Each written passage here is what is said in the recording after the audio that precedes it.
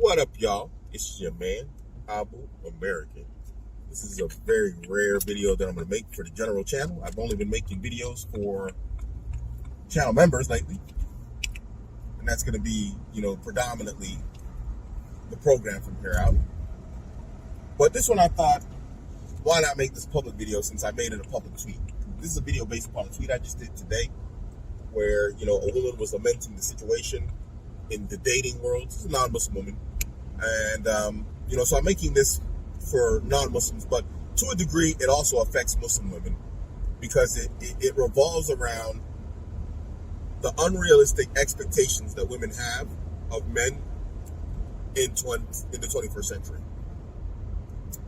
So this guy made a video and he talked about buffer dates. He's a non-Muslim guy. Non-Muslims doing non-Muslim stuff, dating. And a buffer date is basically taking a woman out for coffee and not for dinner. And this, he was saying, is rooted in not spending money, hours worth of time, going, picking up, going to the restaurant, ordering food, waiting for the food, eating the food, paying the bill, driving back. He's like, you're spending hours and money on someone that you're not even sure you really like. Makes perfect sense. So he's like, let's grab a coffee. Let's check the vibe. And if the vibe is good, then we can look at potentially, dating. And for non-Muslims, I think that's perfectly reasonable, Anyway, this woman was like, men don't take women out on dates anymore. They're cheap, they're this, they're that, they don't invest, yada, yada, blah, blah, blah, blah, blah, blah. Complaining about the situation that really, the situation in dating right now, because so many men do this, and now this guy is spreading it. But she's complaining about this, and it's a situation that women created. And so I explained why. So this is what this video is about, is how women created a situation that they no longer themselves enjoy when it comes down to dating. Here's how it started. It started with gynocentric society. And gynocentric society told women that they could do and be everything and anything equal to men. Not only that, they literally supported women in that, which on its own isn't a problem. But then they started giving women pats on the back for the most mediocre and mundane of things. Anything a man did for 100 years and a woman did once, they patted her on the back like it was it's just this amazing thing. No matter how banal it is to a man, when a woman does it, it's amazing. It might be something that men do every single day, and we're just like, But if a woman does it, it's a big deal.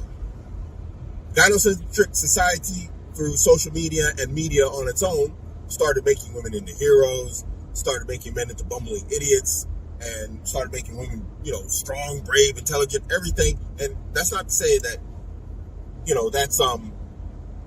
that means that if they don't do that, women are the opposite. No. Because in general, that's not what society has ever done to women when it comes down to media. They made jokes about blondes, but in general, women have not been debased and insulted in media like men have been as of late. So women started really feeling themselves. They got arrogant. Oh, sorry. To top it off, the advent of stuff like Instagram, OnlyFans, TikTok, on and on and on. These social medias are used for thirst trapping. That's why I'm mentioning these. But it's done on every platform, from YouTube to Twitter to whatever else. Thirst trapping became a thing also, to where it became okay for women to just be sexually permissive and show themselves to the world how they wanted. And thirst was born. At first, everything was going fine. Men, even today, now we've seen peak thirst. Now the market is flooded, and although men are still thirsty, men are catching on. But it worked. Men became thirsty. Men did what they thought they had to do in order to date and court women. And they became all of these things. Passive metrosexuals. Remember that term, metrosexual? Back when it used to be like an insult. And now they talk about toxic masculinity, but basically anybody who has no masculinity, and they call all masculinity toxic, he's really metrosexual. I mean, if you look at that definition from back in the days, it's what they want men to be today. So they ended up with a bunch of metrosexual men and hyper masculine men. And a whole lot of thirst. Dudes were doing any and everything to get with women. And women were loving it. The most average looking of women. A woman who was an absolute solid 3 with makeup on. And that's on a scale of 1 to 10. She was a solid 3 with makeup. That means if she takes it off, she's running negative numbers. We're out acting arrogant. You know, like if she's some supermodel walking the catwalks of some country, of some boardwalk in Italy or something, or whatever you call that stuff, they were literally acting like they were God's gift to man in terms of beauty. And men kept chasing. But the problems really started when women started thinking men were stupid. See, women confused in their arrogant hubris of having society and media just shove kudos up their butt. You're beautiful no matter what size. No, you're not. You're this, you're amazing, you're girl power, blah, blah. Society kept giving women these pats on the back. Hey, you can do whatever you want, however you want, and blah, blah, blah. Women really got full of themselves, and they got super arrogant. And in their arrogance, they did something that is always a mistake. They let too much information slide as if they couldn't be canceled.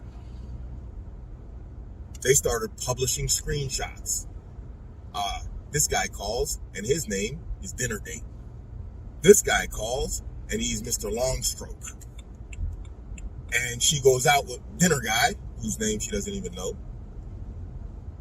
and is texting in front of the guy, Mr. Dinner Guy, Mr. Longstroke, about meeting up after dinner. And men saw it. And everybody, from Mr. Longstroke to Mr. Dinner Guy, was disgusted. Now, women, they thought this was cute. We're going to inspire a new generation of women and not to take advantage of men and not take advantage of us. Men could read the writing on the wall, you see, because men may be thirsty, but they're not stupid. You see, it's very easy to confuse thirsty behavior with unintelligent, goofy, naive behavior. The two are vastly different. But women, so full of themselves, from social media and media telling them that men were goofy idiots. They were like, these guys are too stupid. They're not gonna figure it out. They're not gonna do anything about it. Or whatever, blah, blah, blah. We got the hoo-ha. And if you want the hoo-ha, you gotta deal with us. So guys, they started sciencing this up just like they always do. You see, that men aren't stupid is reflected in every single woman's life whenever she goes outside her house or even inside her house. You see, you didn't pay attention to the writing on the wall. When you look around, everything that's built, everything that's maintained, from your car to the roads to the electricity to the power to the buildings, it doesn't matter what it is. Your electronics, it is built, repaired, constructed, mined from its base raw material up until it's a product that you deal with, is 99% produced and maintained by men. Riches and wealth are made and produced by who? By far and large, men. And women benefit from it. The writing is on the wall that men aren't idiots. But, we're getting patted on the back for just the most banal stuff. We're amazing. These guys, they're just losers. And they just, guys, men, go girls. And it was really foolish of women to think that guys were stupid. And guys did what they always do. You see, when you read history, if you are smart as you say you are, and granted you may be, you would look at history and know that what are men? They are outstanding problem solvers. And when presented with a problem or a threat, and generally threats are viewed as a problem, I mean, you can call it a threat, call it whatever wants, it's something that needs to be solved. Men have demonstrably proven throughout history, whether they whack it over the head with excessive force or with extreme nuance and cunning, they have gone through trickery to solve their problems. They have always solved their problems. And now women, with their newfound attitude and arrogance, fair if you want to have it, presented men with a new problem. So men got online. They scienced up female behavior. What's going on here? What's changed? Who's successful and who's failing? How and why is this guy successful? What are the keys to success for this guy? Why has this guy failed? We're looking at him and he's doing the keys to success, but he's not gaining success. What's going on here? And men got together, gathered together notes, just like they did when they made nuclear bombs and tanks or whatever else, and they came up with a solution. That solution, you can call it red pill, manosphere, this, that, the other, game, yada, yada, whatever. Men came up with a solution. And men said, you know what? I don't want a deal where I invest a lot and you invest very little, if anything at all. So the expectation is that I come and I invest my time, my money, my attention on you, and you don't owe me anything. And fair, fine enough. Men accept that. Men, it's true. If you don't know this, but I think we all do know this, if a woman goes on a date with you and you pay for everything and spend hours with her, she does not owe you sex. She does not owe you a marriage. That's a fact. But now men know this. And so men flipped the script and said, hey, you know what? We can actually make that rule too. How about I don't invest until you invest also? And women didn't like that deal. The very deal that they've been offering men in the 21st century. Men were more than happy to continue paying for dates and, taking women out and romancing and schmoozing and all that other stuff. But men had an expectation, and I think a reasonable one, that there would be something reciprocal, even remotely, even if it's just feigned interest in his investment. And women said, no, we don't owe you anything. So Mr. Dinner looked at Mr. Longstroke, who invested nothing but got everything, and he said, I've invested everything and got nothing. And Mr. Longstroke invested nothing and got everything. I'm going to back out of this deal. I'm going to figure out how to be Mr. Longstroke. And if I can't be Mr. Longstroke, I'm going to keep my money because I love my money. It serves me well.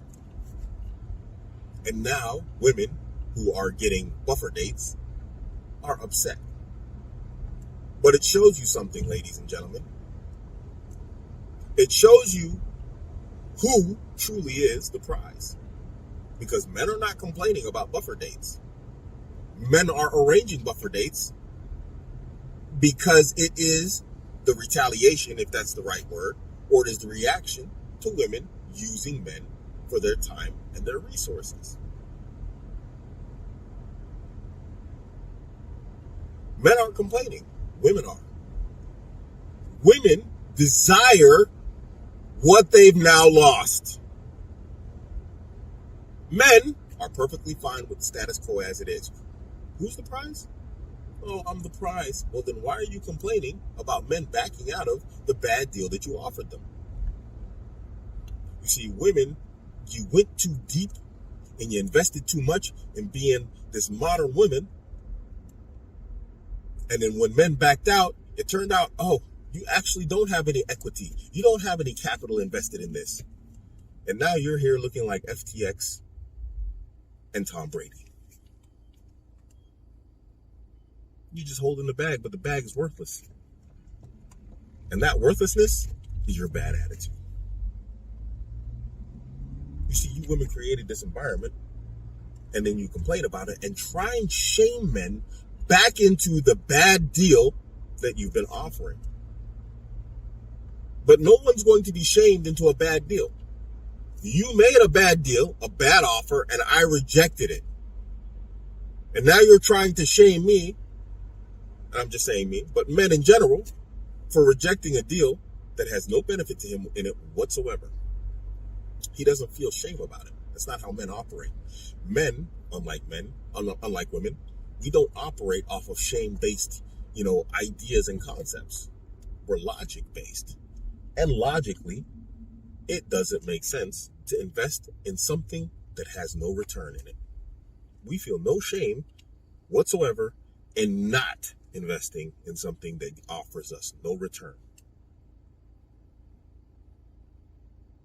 But women, you're holding the bag. What am I going to do with it? It's useless. Nobody's investing into my cryptocurrency, aka you, and you're dating you or anything like that.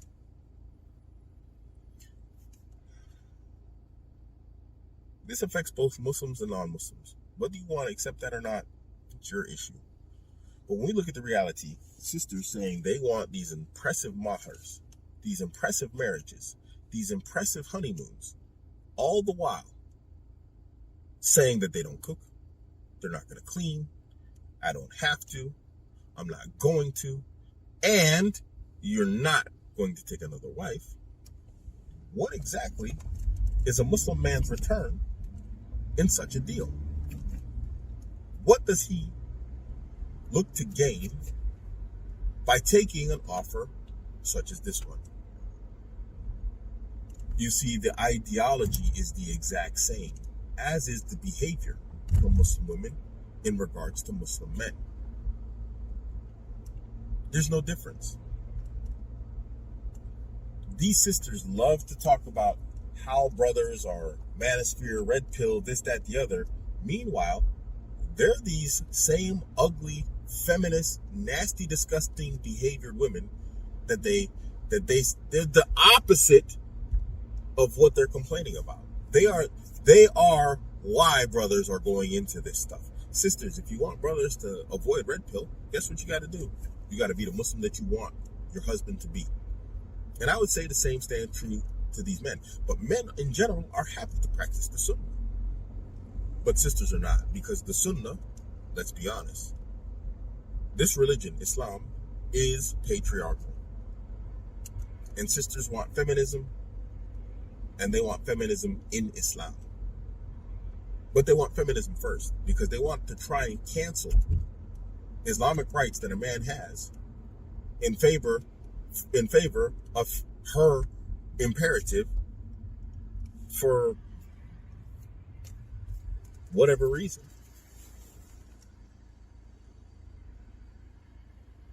You gotta learn to read the room, ladies. The party, it's not over, but the room is emptying out. The lights are slowly coming on the back end of the hall.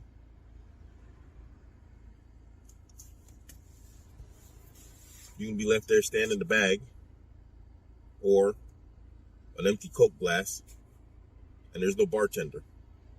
Nobody's going to refill it. Nobody's coming to buy you a new drink. We're not speaking about literally being in a bar or a party. We're just speaking figuratively here. But the reality is, the party is over. Yeah, sure, the music's still playing, the lights are still off, mostly, but it's time to go home. Choice is yours, ladies. You don't like the environment you created? Don't talk to men about it. We don't want to hear it anymore. We're tired. We've done everything that you said we should do, and you just didn't count. You literally contradicted yourselves, and you did it real time. You did it in the face of men, and men stood there with their mouths open like that Pikachu meme, like, I thought she said she wanted this and that. Why is she with this guy? Why is she doing that with that guy? But I did everything she said she wanted. I was that good guy, and the bad guy got the girl, and this, that, the other. And so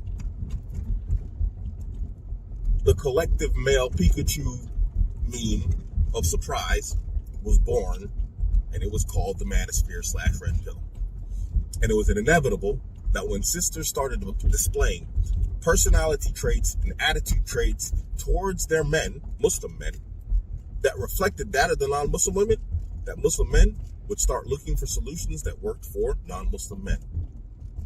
We do that in everything else, from financing to this to that, whatever else. When I say financing, it's like the study of banking, the study of medicine, the study of engineering, the study of this and that, whatever else, and the study of female behavior and how you gain success.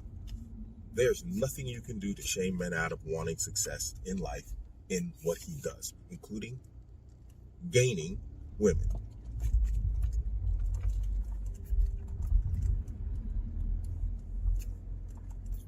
Do as you wish with this information.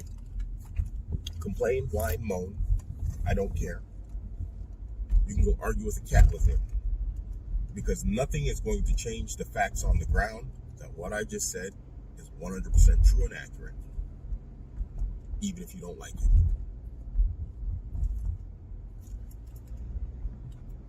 It's your man, Abuamerican. We'll see you when I see you. If you're in the back rooms, we'll see you back there regularly. If you're not, we'll see you whenever I feel like dropping a video to the rest of you brothers out there. I do wish you the best, though, no matter what. I'm out.